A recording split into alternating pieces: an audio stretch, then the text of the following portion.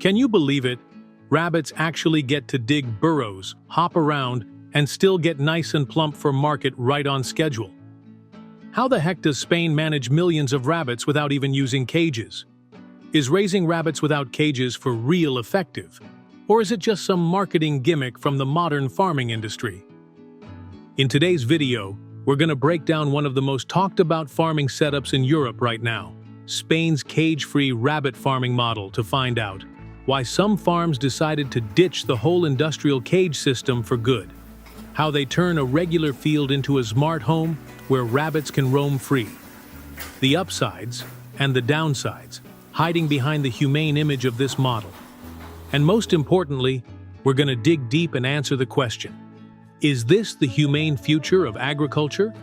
Or just some PR fluff all wrapped up in green grass and surveillance cameras? If you're looking for a fresh, unique take where farming ain't just about how much you can produce but also a way of life, stick around for this video. 'Cause right now, we're going from the old-school farms to the cage-free setup, from being skeptical to maybe getting a little surprised. Have you ever pictured a farm where there ain't no cages? No metal bars, no enclosures, no clanging of steel every time it's feeding time? In the industrial farming biz, especially with rabbits, which are known to be kinda skittish and get spooked easily, cages seem like they're just part of the deal, no way around it. But on some farms over in Spain, something's going on that's got the whole agriculture world paying attention. Rabbits being raised totally without cages. They ain't locked up. They ain't controlled by no metal frames. Heck, they even get to run around in an environment that's almost like the wild, but they're still being watched over with some pretty high-tech gear. Sounds like some green future dream, but there are plenty of folks who are scratching their heads. Is this a groundbreaking, humane way to farm, or just some fancy show to jack up the price? To get why folks would want to ditch the cages, you gotta look at the cold, hard facts. Most industrial rabbits worldwide are crammed into super tight spaces. In a shed that's maybe a few dozen yards long, you got hundreds of rabbits all squished together, usually with only a few square inches to even turn around. Artificial light, wire mesh floors, the racket of machines, and a short life, from birth, growing up to getting slaughtered. It all happens in less than 80 days. According to this group called CIWF, Compassion in World Farming, industrial rabbits are currently raised in some of the most suffocating conditions out of all the animals we raise for meat. They're stuck in living spaces so small that they get stressed out real easy, get hurt, and even die from just plain panic. It's a tough pill to swallow, but these sensitive little critters are being pushed to their limit in an environment that's totally wrong for what they are. In Spain, the rabbit farming industry is large-scale, but it is facing pressure from both society and export markets, especially France and Germany, where consumers increasingly prioritize animal welfare. The European market is gradually shifting, and what is remarkable is, a series of Spanish farmers began switching to the cage-free model, not because of mandatory policies, but because of economics. These farmers discovered, if they could create a more humane rabbit meat product, they could sell it for double, even triple the price. And more importantly, they began to realize that free-range rabbits not only live healthier, but also get sick less often if well managed. Can you even imagine it? An animal that's always been associated with cages, now running free in open spaces, but not out of control at all. This ain't no wildlife documentary or some eco-friendly PR stunt. This is a real model that's operating every single day on farms in Spain. When you hear the term cage-free, you might picture a chaotic scene. Rabbits running all over the place, digging burrows, fighting each other, or escaping into the woods. But the cage-free model in Spain is totally different. It's a semi-natural system, but controlled super tightly with technology. The rabbits are raised in large land plots ranging from about 2,150 to 5,400 square feet, divided by soft fences, usually netting about 4 feet high, enough to protect against wild animals like foxes, weasels, or stray dogs, but it doesn't feel like confinement. Inside each enclosure, there's naturally grown grass or a mix of industrial grasses, with high and low mounds of earth scattered around to create a varied terrain. This is super important for encouraging movement and reducing stress for these sensitive rabbits. But if you think just letting rabbits out on a field is all there is to it, hold your horses for the next part. What's about to be revealed will make you rethink the whole freedom thing. Not everyone gets to live in paradise. Before a rabbit gets released into the open environment, it has to be selected. This might sound kinda strange, but in reality it's a strict process, almost like recruitment. The question is, what's the standard? And here's the answer. The farms use a system to check behavior, reactions, and the ability to get along with others to decide who gets to go outside and who has to stay put. The rabbits have to pass tests for health, how well they adapt, and their personality. Rabbits that are too aggressive or too weak are usually eliminated or kept separately. This system is like an animal training program before they go into the open environment. But hold on a sec. Freedom doesn't mean leaving supervision behind. Right now, you're gonna see how modern technology has turned these tiny rabbits into living data. Each rabbit has a tiny microchip attached, kinda like the tracking system for athletes. When it gets close to a feeding, drinking, or sleeping station, the system records real-time data.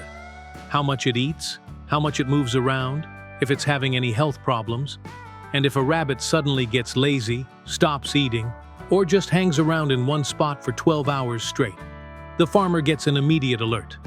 The animal world ain't just about feelings anymore. It's a data network.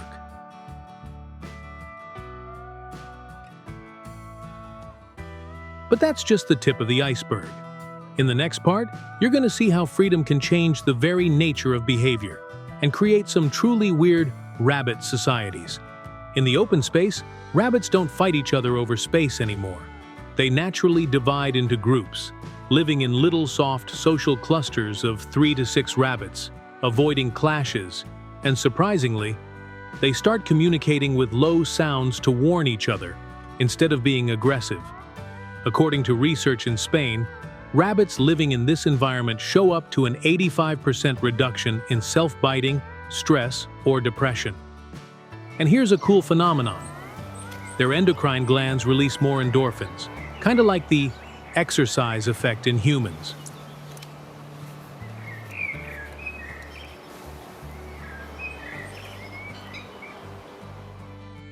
But it's not just about behavior. There's also something that traditional farmers just can't believe. This model hardly uses any antibiotics. How can that be? One of the most common reactions when people hear about open raising is, how do they not get cross-contamination? No confinement, no infection. Why this seemingly paradoxical situation? Because when livestock live in well-ventilated spaces with natural air circulation, the risk of respiratory diseases, which are super common in closed barns, drops significantly. Not to mention, getting more exercise and being less stressed boosts the animal's natural resistance considerably.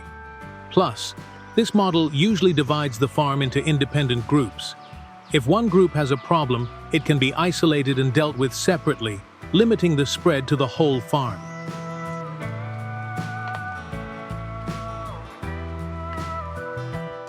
But antibiotics ain't the only reason this model is so sought after in Europe. Another factor, less talked about, carries way more weight. When European consumers started looking for not just meat, but ethical meat, the cage-free farming model suddenly became a really valuable commodity. In those strict organic food markets, free-range rabbit meat can sell for 2 to 3 times the price of industrial rabbits, not just because of the quality, but because of the image it represents.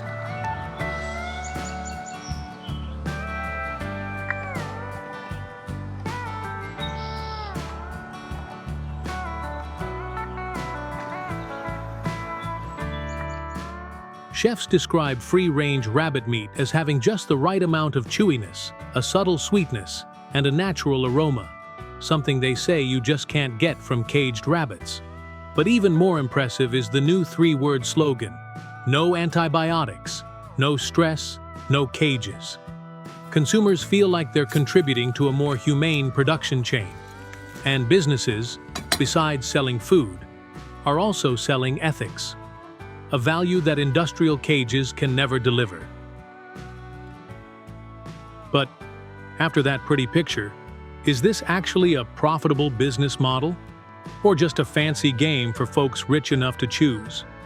To really get it, we gotta look at the other side of the coin. The cage-free model ain't some romantic eco-dream. It's a combo of behavioral science, data technology, and a new way of thinking about farming. Rabbits get to live like rabbits, but under smart supervision. Freedom, but not chaos. And the final product, meat that's tastier, has fewer chemicals, and is easier to sell in a market with high standards.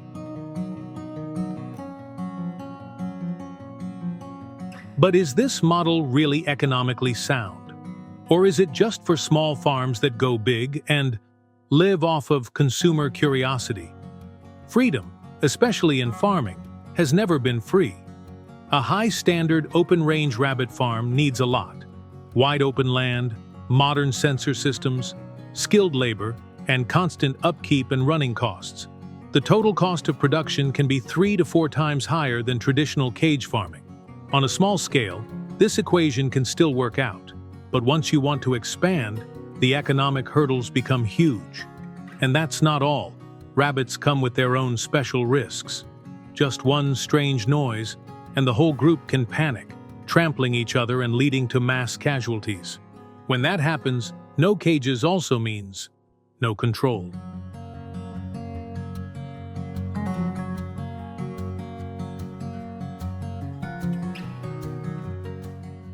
So is this model a humane step forward, or just an expensive dead end for a small group of conscious consumers? Is this really ecological fairness, or just a highly priced form of ethics in the market? The answer ain't at either extreme. Cage-free farming isn't the only future of agriculture, but it's also not just some green trick to play on consumer emotions. It exists as a parallel path, smaller, more selective, and aimed at premium value. This model might not be right for mass application like industrial chicken or beef farming, but it creates a selective direction. It can't feed the whole world, but it can change how the world thinks about agriculture. In Spain, after the COVID-19 shock, a lot of cooperatives looked like they wouldn't make it because they couldn't keep up with cheap meat prices. But it was the free-range rabbit farming model, something that used to be seen as fancy, that saved them. Because at that point, they didn't need to mass produce. They just needed to stick to their promise of ethics. And the premium market came to them.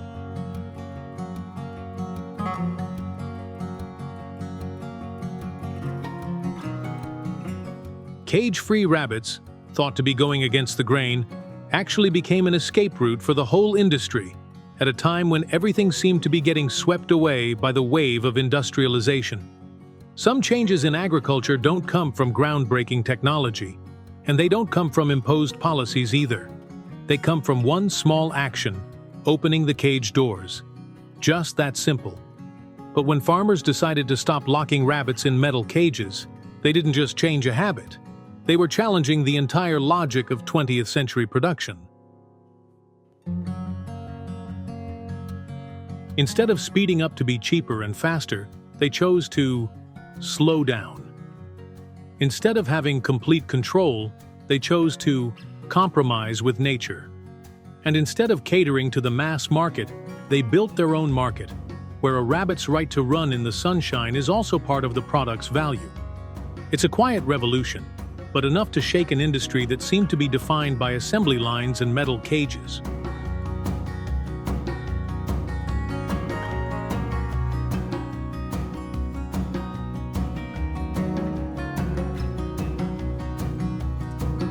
So, what would you choose? Cheaper rabbit meat, produced faster, but from cramped cages? Or a rabbit that got to live in the sunshine, grazing on natural grass, even if it costs twice as much? That's not an easy question to answer. But for sure, humane agriculture won't be some far-off dream if consumers are willing to ask questions.